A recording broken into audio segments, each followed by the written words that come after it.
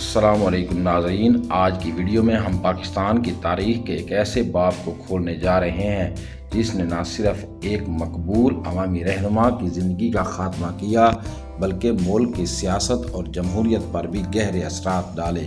یہ کہانی ہے ذوالفقار علی بھٹو اور جنرل ضیاء الحق کے درمیان طاقت کی کشمکش اور ان کے جھگڑے کی۔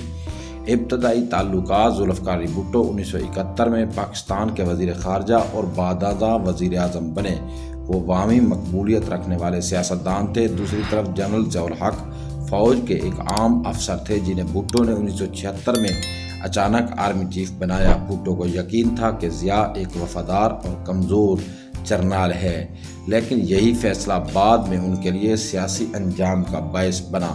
بھٹو کی حکومت اور مسائل: بھٹو نے 1973 کا آئین بنایا، صنعتوں کو قومی اور عوامی فلاحی نعرے دیے، لیکن وقت کے ساتھ ان پر آمریت اور مخالفین کو دبانے کے الزامات لگنے لگے۔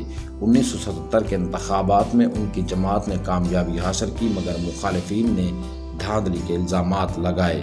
یوں پاکستان نیشنل الائنس نے احتجاجی تحریک شروع کر دی۔ ضیاء الحق کا عروج: ملک بھر میں ہنگامے بڑھنے لگے۔ بھٹو نے فوج کی مدد لی، لیکن جنرل ضیاء الحق نے حالات کو قریب سے دیکھتے ہوئے 5 جولائی 1977 کو مارشل لا نافذ کر دیا۔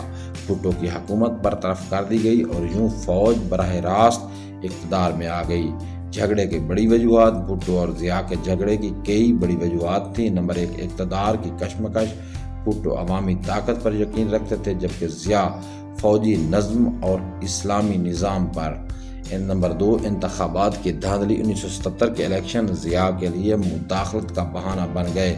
نمبر 3، نظریاتی فرق۔ بھٹو ایک سیکولر اور ترقی پسند سوچ کے حامی تھے جبکہ ضیاء نے اسلامائزیشن کو اپنا نعرہ بنایا۔ نمبر 4، ذاتی بد اعتمادی۔ بھٹو نے ضیاء کو کمزور سمجھا، لیکن ضیاء نے ان پر سبقت حاصل کر لی۔ بھٹو کا مقدمہ اور پھانسی۔ مارشل لا کے بعد بھٹو کو گرفتار کر کے ان پر قتل کا مقدمہ چلایا گیا۔ سیاسی نوعیت کے اس مقدمے میں عدالت نے انہیں سزائے موت بتائی۔ 4 اپریل 1979 کو ذوالفقار علی بھٹو کو پھانسی دے دی گئی۔ یہ لمحہ پاکستان کی تاریخ کا سب سے اندناک واقعہ تھا۔ بھٹو کو ان کے چاہنے والوں نے شہید جمہوریت کا لقب دیا۔ ضیاء الحق کا دور حکومت۔ بھٹو کے بعد ضیاء الحق نے طویل عرصے تک اقتدار سنبھالا۔ انہوں نے اسلامی نظام کے نام پر قوانین نافذ کیے، سیاسی مخالفین کو دیا اور جمہوری اداروں کو کمزور کیا، لیکن عوام کے دلوں میں وہ کبھی مقبولیت حاصل نہ کر سکے۔ یہ بھٹو کو ملی تھی۔ نتائج اور اثرات: اس جھگڑے کے نتیجے میں جمہوریت کو نقصان پہنچا، فوج کی سیاست میں مداخلت بڑھ گئی، مذہبی شدت پسندی کو فروغ ملا۔